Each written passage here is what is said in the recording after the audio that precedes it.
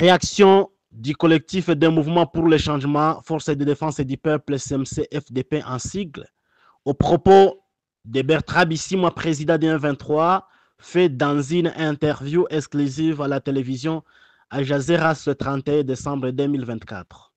En effet, 3 points essentiels ont retenu notre attention dans cette interview. Il s'agit 1. Le M23 combat pour le respect des droits des minorités tous marginalisées au Congo. 2. Le M23 RDF demande un dialogue direct avec le gouvernement de Kinshasa car État l'unique interlocuteur exclusif de Kinshasa. 3.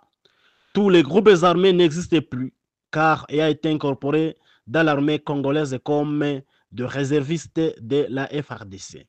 Notre réaction est bien à dire à ces propos provocateurs de Bisimwa, le président de M23, tout en ignorant les causes profondes ayant prévalu à l'existence des conflits dans cette zone, qui est dit du fait que le paré d'un 23 n'a jamais laissé tranquille la pacification effective de cette partie de l'Est de la RDC.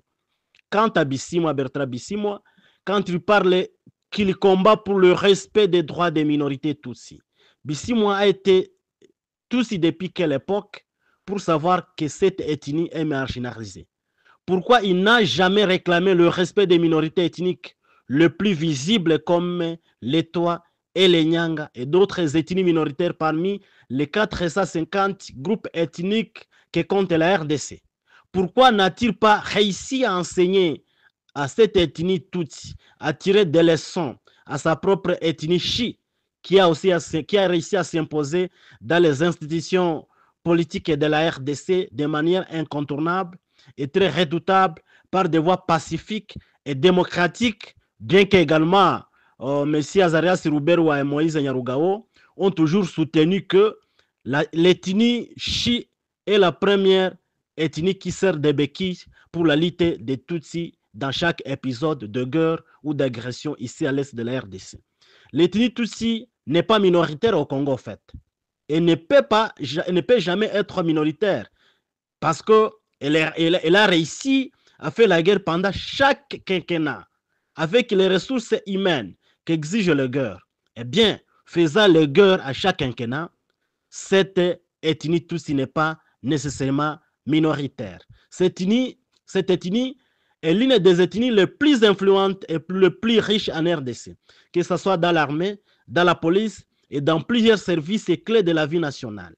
Elle sera peut-être minoritaire de par sa culture, de recourir à la guerre et au versement de sang des siens, du fait qu'elle expose les siens au canon de Karachnikov à chaque quinquennat.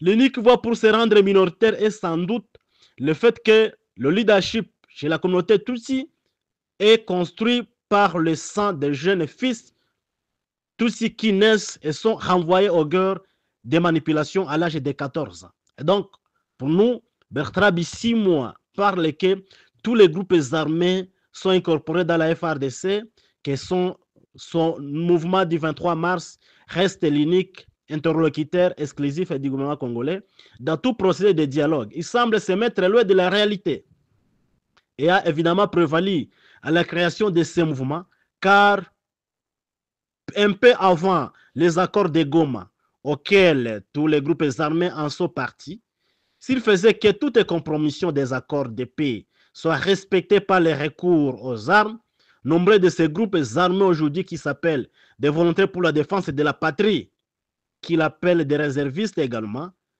existeraient aussi bel et bien autant que l'M23 le fait. Mais malheureusement, vu la fragilité de la sécurité et de la réalité de la paix, de la quiétude normale des vies des populations civiles ici au Nord Kivu, nombreux de ces groupes armés aujourd'hui des réservistes ont choisi la voie de la paix. On a choisi cette voie de la paix. Malheureusement, le M23 nous a encore imposé de reprendre les armes. Le M23 choisissant la force comme d'habitude, s'est confirmé davantage d'être un mouvement terroriste et doit être traité en tant que tel par le gouvernement congolais. Pour nous, le CMC FDP, à l'occurrence, nous avons choisi la défense de la patrie congolaise pour barrer la route aux marionnettes manipulées par le régime politique étranger, dont celui du Rwanda et de l'Ouganda.